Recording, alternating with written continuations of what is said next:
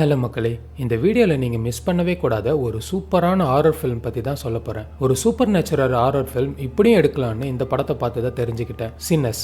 Michael B Jordan, Hayley ஸ்டெயின்ஃபீல்ட் நடிப்பில் black panther மூவியை direct பண்ண ரயான் கோக்லர் இந்த படத்தை டைரக்ட் பண்ணியிருக்காரு. இந்த படத்தோட முழு கதையை இந்த வீடியோவில் பார்க்கலாம். படம் 1932 ஸ்டார்ட் ஆகுற மாதிரி இருக்கும். சர்ச்சு பாஸ்டர் ஜெடையோட பையனா வர சாமி ரத்த கரையோட சர்ச்சுக்குள்ள என்ட்ரி தரான். அவனோட கையில ஒரு உடஞ்ச கிட்டாரும் இருக்கும். எதனால் இந்த சாமி காயத்தோட இருக்கான், அவன் கையில உடஞ்ச கிட்டார் ஏன் இருக்குன்னு படம் பொறுமையா ஸ்டார்ட் ஆகும். அது என்ன சம்பவம்னு தெரிஞ்சுக்க ஒரு நாள் பின்னாடி போகும். சாமியோட cousin Stack Moore and Smoke Moore ஒரு ஐடென்டிக்கல் ட்வின்ஸ். ரெண்டு பேரும் வேர்ல்டு வார் 1ல சண்டை போட்ட சோல்ஜர்ஸும் கூட. இவங்க ரெண்டு பேரும் சிகாகோ அவுட்ஃபிட்னு சொல்லப்படுற ஒரு மாஃபியா கேங் கிட்ட வேலை செஞ்சுட்டு அங்க இருந்த நிறைய பணத்தோட தங்களோட சொந்த ஊரான கிளார்க்ஸ்டேல் மிசிசிப்பிக்கு வருவாங்க.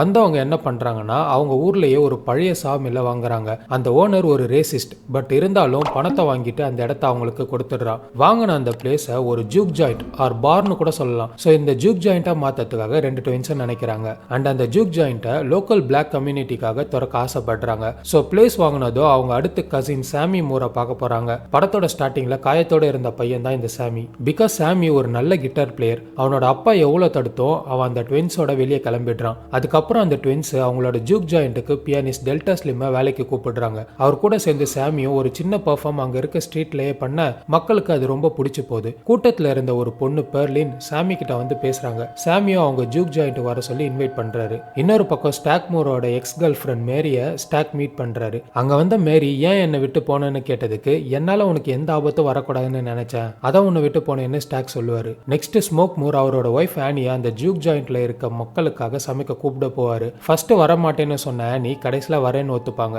ஆனிக்கும் ஸ்மோக்கும் ஒரு குழந்தை பிறந்திருக்கும். பட் அந்த குழந்தை சின்ன வயசுல இறந்துடும். இது மட்டும் இல்லாம ஆனி ஒரு மாயாஜாலம் தெரிஞ்சவங்களும் கூட. அவங்களோட ஒரு லாக்கெட் தார் அந்த ரெண்டு ட்வின்ஸை காப்பாத்துதுன்னு சொல்லியிருப்பாங்க. நெக்ஸ்ட் ஒரு சைனீஸ் கப்பிள் கிரேஸ் அண்ட் போச்சோவை பிளேஸ்க்கு தேவையான சப்ளைஸை தர சொல்லி கேட்பாங்க. அண்ட் கான்பிரட்னு ஒருத்தரை பவுன்சராகவும் போடுவாங்க. கதையோட இன்னொரு பக்கம் ஐரிஷ் இமிகிரண்டான ரெமிக் ஒரு வேம்பையரா இருக்காரு. அடைக்கலம் தேடி ஒரு வீட்டுக்கு வருவாரு. வந்த இடத்துல அங்க இருந்த ஒரு கப்பில கடிச்சு வேம்பையர்ஸா மாத்திடுவாரு. அன்னைக்கு நைட்டு ஜூக் ஜாயிண்ட்டை ஸ்டாக் அண்ட் ஸ்மோக் மோர் திறக்கிறாங்க. அங்க டெல்டா ஸ்லிம், சாமி அண்ட் பெர்லின்லாம் சாங்ஸ் பாடி எல்லாரையும் சந்தோஷப்படுத்துறாங்க. அந்த டைம்ல தான் யாரும் எதிர்பார்க்காத ஒரு சம்பவம் நடக்குது. சாமி பாட்டு பாடுறத கேட்ட அந்த ரெமிக்ன்ற வேம்பையரும் அண்ட் அந்த வேம்பையரா மாறின கப்பலும் அந்த ஜூக் ஜாயிண்ட்டுக்கு வராங்க. ஆனா அந்த ஜூக் ஜாயிண்ட் லோக்கல் பிளாக் கம்யூனிட்டிக்கு மட்டும்தான்றதால அவங்கள அலோவ் பண்ணல. பட் எவ்வளவு வேணாலும் பணம் தர, நாங்களும் மியூசிஷியன்ஸ் தான் பாட்டு பாட ஆரம்பிக்கிறாங்க. பட் அந்த ட்வின்ஸ்ல ஒருத்தருக்கு சந்தேகம் வந்து அவங்கள உள்ள விடாம தடுக்கிறாரு. ஒரு சில காரணத்தால அந்த ட்வின்ஸ் அவங்களோட ஜூக் ஜாயிண்ட்டை பெருசா ப்ராஃபிட்டபிளா மாத்த முடியாதுன்னு தெரிஞ்சுக்கிறாங்க. சோ இதனால ஸ்டாக் அண்ட் அவரோட எக்ஸ் கேர்ள் ஃப்ரெண்ட் மேரி வெளியே இருந்து ஏதாவது இன்கம் வருமானு ட்ரை பண்றாங்க.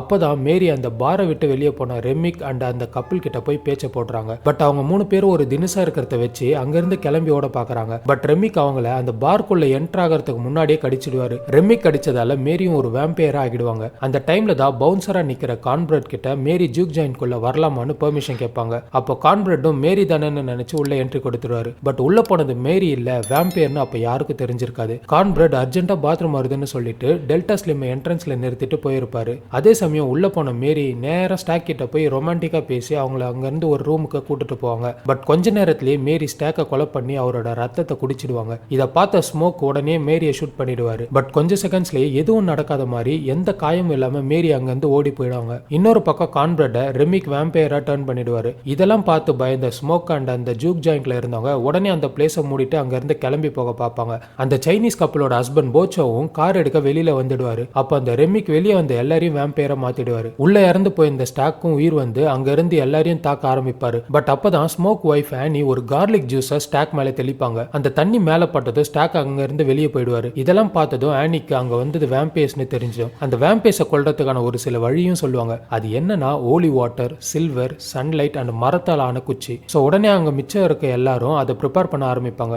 அதே மாதிரி இன்னொரு விஷயமும் சொல்லியிருப்பாங்க. அது என்னன்னா, அந்த வேம்பையர்ஸால தானா அந்த ஜூக் ஜாயிண்ட்டுக்குள்ள வர முடியாது. அதை வர வைக்கணும்னா அவங்கள யாருன்னா ஒருத்தர் இன்வைட் பண்ணா மட்டும்தான் அவங்களால உள்ள வர முடியும்னு சொல்லியிருப்பாங்க. அங்க ரெமிக் அண்ட் மத்த வேம்பையர்ஸ் வந்து என்னென்னமோ சொல்லி பார்ப்பாங்க. பட் யாரும் அதுங்களை உள்ள இன்வைட் பண்ணியிருக்க மாட்டாங்க. கடைசியா சாமியை எங்க கிட்ட எக்ஸ்சேஞ்ச் பண்ணி விடுங்க, உங்க எல்லாரையும் விட்டுடுறேன்ட்டு ரெமிக் சொல்லுவாரு. எதுக்காகனா அவரோட மியூசிக்ல அந்த ஸ்பிரிட்ஸை கூப்பிடுறதுக்கான பவர் இருக்குன்னு சொல்லுவாரு. பட் யாரும் அதுக்கு ஒத்துக்க மாட்டாங்க. கடைசியா நீங்க இங்கேயே இருந்தா மார்னிங் அந்த ஜூக் ஜாயிண்ட்டை வித்த ரேசிஸ்ட் ஆகுட் அவனோட ஆளுங்களோட வந்து உங்க எல்லாரையும் கொலை பண்ணிடுவான்னு சொல்லுவாரு. இதுக்கும் யாரும் ஒத்துக்க மாட்டாங்க. கடைசியா அந்த சைனீஸ் கப்பலோட ஒய்ஃப் கிரேஸை ரெமிக் அவங்க பொண்ணு லீசா இருக்க ஷாப்க்கு போய் கொலை பண்ணிடுவான்னு த்ரெட்டன் பண்ணுவாரு. இதை கேட்ட கேட்டது கோவமான கிரேஸ் அந்த எல்லா வேம்பையர்ஸும் உள்ள இன்வைட் பண்ணிடுவாங்க. உடனே எல்லா வேம்பையர்ஸும் உள்ள வந்து அங்க இருக்க ஆளுங்களை அட்டாக் பண்ணும். பதிலுக்கு ஜூக் ஜாயிண்ட்ல இருக்கவங்களும் தாக்குவாங்க. இதுல கிரேஸ் அவங்க வச்சிருந்த மரக்கட்டையை அவங்க ஹஸ்பண்ட் போச்சோவோட ஆட்ல குத்திடுவாங்க. அப்போ அவங்க மேல நெருப்பு பட்டு 2 பேரும் இறந்துடுவாங்க. ஆனியும் வேம்பையர் கிட்ட கடிவாங்க. ஸ்மோக் வேற வழி இல்லாம அவங்களையும் அந்த கட்டையாலே குத்திடுவாரு. ஒருத்தர் மாத்தி மாத்தி அடிச்சுக்க ஸ்மோக், சாமி அண்ட் பெர்லினை காப்பாத்த டெல்டா ஸ்லிம் அவரோட உயிரை சாக்ரிஃபைஸ் பண்ணிடுவாரு. பெர்லினையும் ஒரு வேம்பையர் கடிச்சிடும். சாமி அண்ட் ஸ்மோக் மட்டும் தான் கடைசியில இருப்பாங்க. அந்த ஜூக் ஜாயின் மாடியில இருந்து கீழே குதிச்சு போகும்போது ரெமி கிட்ட சாமி மாட்டிப்பாரு. அப்போ அவர் கையில இருந்த கிட்டார் வச்சு அடிக்கும்போது அப்போ அந்த கிட்டார்ல இருந்த சில்வர் ரெசனேட் ரெமிக் மூஞ்சில வெட்டிடும். அந்த டைம்ல பின்னாடி இருந்த ஸ்மோக் மரக்கட்டையால ரெமிக்க குத்திடுவாரு. பொழுது விடிஞ்சு சன்லைட்டும் வரும். அப்போ அங்க இருந்த எல்லா வேம்பையர்ஸும் எரிஞ்சிடும். மார்னிங் ஆனதும் ஸ்மோக் சாமி அங்க இருந்து கிளம்பி அவன் வீட்டுக்கு போக